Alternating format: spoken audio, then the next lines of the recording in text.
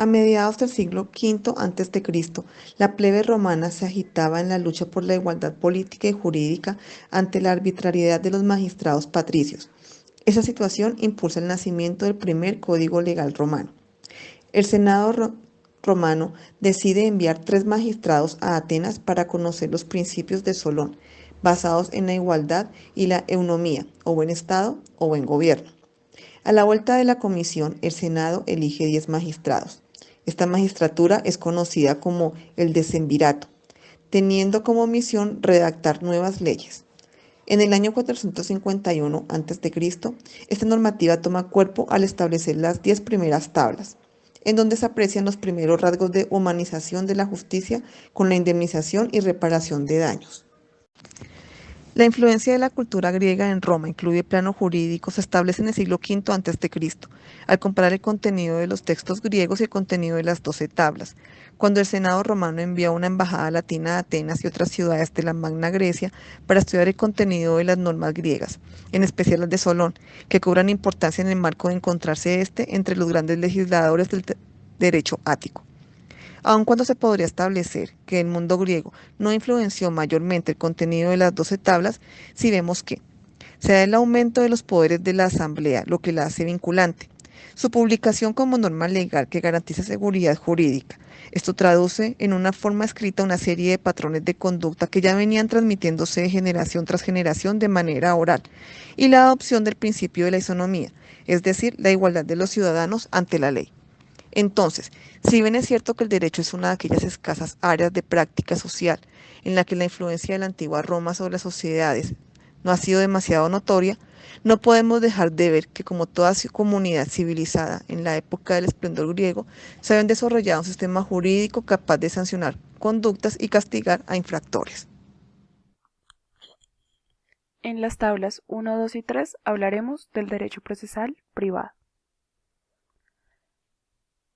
El procedimiento que regulaban es el de las acciones de la ley, más conocido como acciones judiciales, en que en virtud de la ley de las 12 tablas podrían ejercer los ciudadanos romanos, con el fin de defender y dar a respetar sus derechos.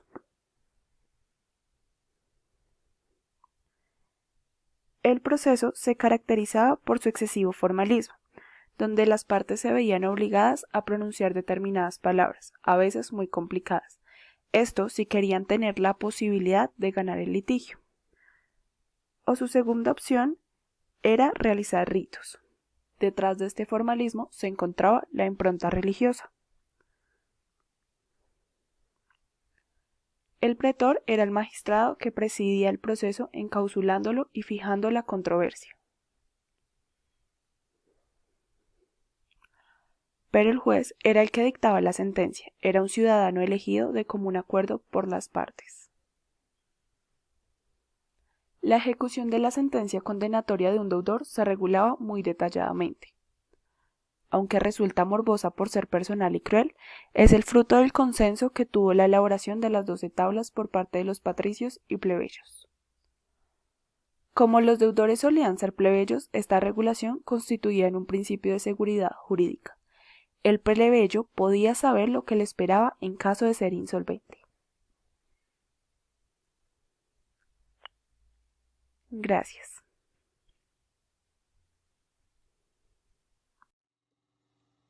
Ley cuarta y quinta.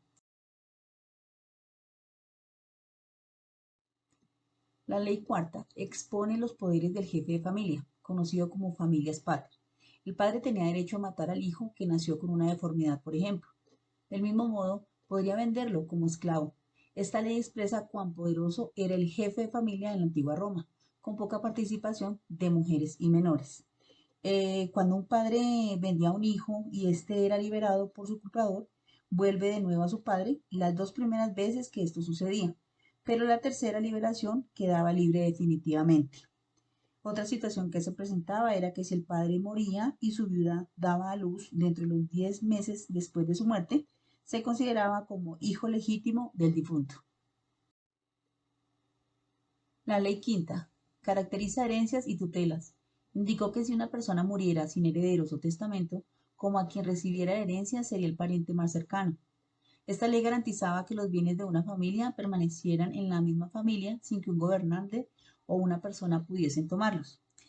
Es decir, que sin ningún tipo de herederos, los favorecidos de la herencia serían los agnados. Esto significa los parientes consanguíneos o de sangre por vía masculina. También se regulaban normas relativas a la curatela, que era la administración de bienes de personas pródigos. Esto quiere decir que malgastaban sus bienes, enfermos mentales o discapacitados. También admitía tutelar mujeres solteras, en las cuales al momento de fallecer su padre se harían cargo los familiares más cercanos.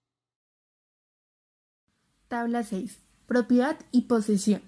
Esta tabla describía cómo debería ser la compra y venta de propiedades. En la adquisición de la propiedad solo se considera como propio cuando se haya cancelado en su totalidad el valor estipulado. También se habla del usucapio, el cual consistía en tomar posesión continuada de una cosa como si fuera dueño, y con el paso del tiempo termina adquiriendo el inmueble. El contrato de compra y venta no bastaba para transmitir la propiedad por completo, ya que debían haber 5 testigos varones mayores de edad y un notario dando fe pública del negocio. También consagra el principio de no permitir el abuso de derecho de quien utilizó materiales ajenos en una construcción, quedando obligado a pagar la reparación del daño causado. Tabla 7. Edificios y campos. Aborda los delitos cometidos contra bienes, ya sean inmuebles o esclavos. Si alguien destruyó algo, debe pagar la reconstrucción y ser castigado por esta acción. Además, se reglamenta las relaciones de vecindad, en las que se exige que entre los edificios contiguos debe dejarse un espacio para los caminos. También delimitó los terrenos, estableció unos parámetros para la anchura de las vías e impuso condiciones para poder excavar la tierra de un predio. Por último, se instauraron reglas para la convivencia entre los vecinos. Cordial saludo, compañeros de clase, estimada docente. Continuando con nuestro tema, ley de las 12 tablas, no quiero hacerlo antes sin recordar y volver a repasar que esta ley fue un cuerpo normativo, tal vez el más conocido y probablemente el más importante, el derecho de la antigua Roma. También no es menos importante, que fue elaborado a mediados del siglo V antes de Cristo, y que para realizar esta publicación de las 12 tablas en esa época antigua de Roma se necesitó 3 comisiones. Esto fue publicado después de 3 comisiones realizadas a Atenas, a la antigua Grecia, entre los años 451 y 450 a.C. Después de ese estudio realizado para esas épocas, se publicó estas leyes realmente muy importantes porque sirvieron de base para nuestra actualidad. Continuando con nuestro tema, seguiríamos con las tablas 8 y 9, las cuales hablaban e imponían como ley en la antigua Roma, por supuesto a todos los romanos, el derecho penal. Para esa época, lo que estaban estableciendo ellos como el derecho penal, de tal forma que ya citaban unas penas y unas sanciones. De igual forma se hablaba ya de unos delitos, y los cuales fueron divididos así.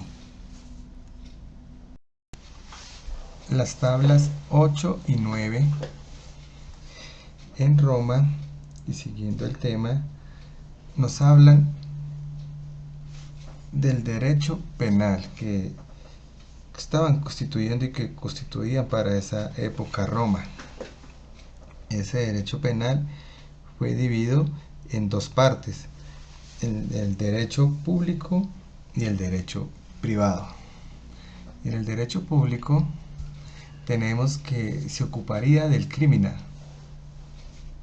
Para esa época era la lengua romana, ustedes saben, y hoy conocido como los ilícitos o penas que eran en contra del pueblo romano. Ejemplo, incitar a conmociones o a motines, hablar con pueblos enemigos o traicionarlos con ellos. También se habló sobre el perduleo, hoy conocido como la traición al pueblo romano. Y por supuesto, también se habló del parricidio o homicidio actualmente. Para estos delitos, lo que se estaba estipulado en esas tablas 8 y 9 respecto al derecho público era que la pena sería de muerte, conocido ya como la pena capital, o el exilio. Siguiendo ahora con nuestro tema que quedó estipulado en las tablas 8 y 9, tenemos el derecho privado. El derecho privado se ocuparía de los delicta, o sea, de los ilícitos privados o llamados de menos gravedad y de persecución a instancia de la víctima o familiares. Este tema de persecución a instancia de la víctima o familiares nos quiere decir que si no podía pagar la pena, la sanción, la persona de igual forma buscarían a los familiares para que lo pudieran hacer, pudieran pagar esa multa. Igual la víctima, si la víctima en el momento no podía recibir el dinero, esa indemnización, por decir algo, por el daño, lo podía recibir los familiares. Estos delitos, como lo dije anteriormente, eran castigados con una pena pecuniaria, o sea, un valor económico, una multa. Y obviamente sería a favor de la víctima, y este monto de estas multas o esta pena pues tendría que ver mucho con la gravedad de los hechos del ilícito. Tales delitos serían y quedaron estipulados que eran los delitos de daño a terceros, el furtún, que era en esa época, hoy es el robo, hablo en términos romanos, le decían el fortún, nosotros lo conocemos como el robo. Está la inuria o el delito de lesiones. Esta palabra inuria también en esos términos antiguos de la antigua Roma, inuria también quería decir que era un acto, digamos, que podía causar daño a un semejante. Entonces esa palabra inuria se refería a eso, que había causado o había incurrido en inuria, había hecho un daño que estaba afectando a otro semejante, a otro ciudadano, y que debía ser castigado, en este caso un delito de menor gravedad, con una pena pecuniaria, con una multa.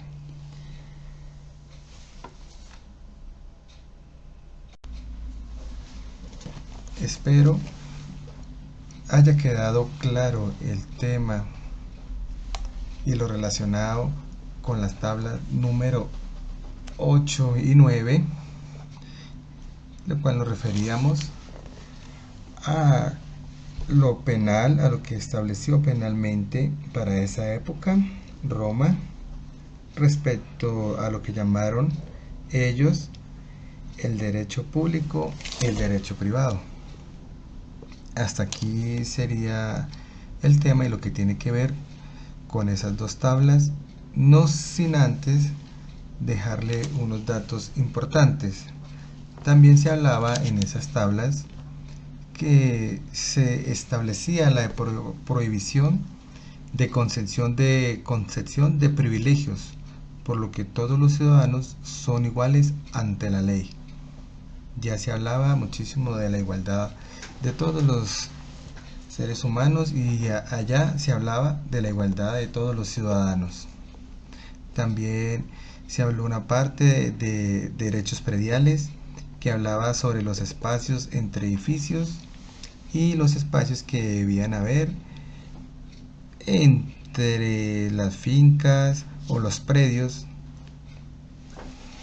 de cada uno de los ciudadanos. También decía que si algún ciudadano en su predio tenía un árbol de frutos y este fruto caía en los predios de su vecino, él podía pasar a los predios de su vecino y recoger sus frutos sin ningún problema. Siempre que había esa discusión por límites entre los predios, siempre se nombraba a 3 árbitros para decidir esa contienda, para decidir quién tenía la razón, ¿sí? ¿Quién nombraba esos señores en ese entonces nombrados árbitros? Los nombraba el pretor de esa época.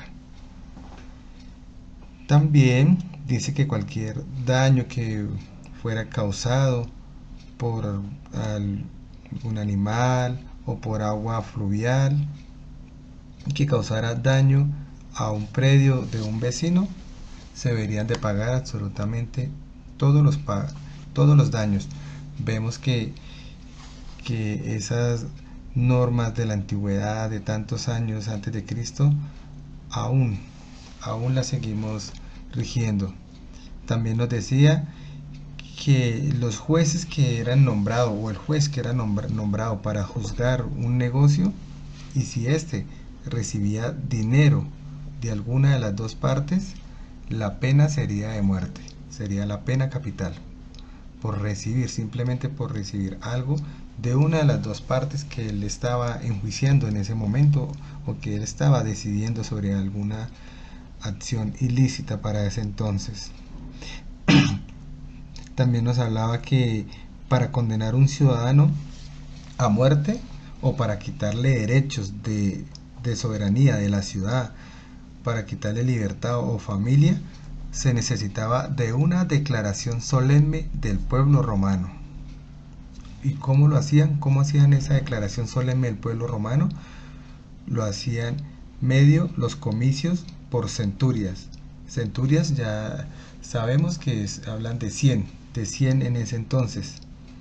Entonces hacían una votación según el ilícito, según el tema que estaban tratando, y hacían una votación si debía ser exiliado o debería perder algún privilegio o debería tener la pena capital.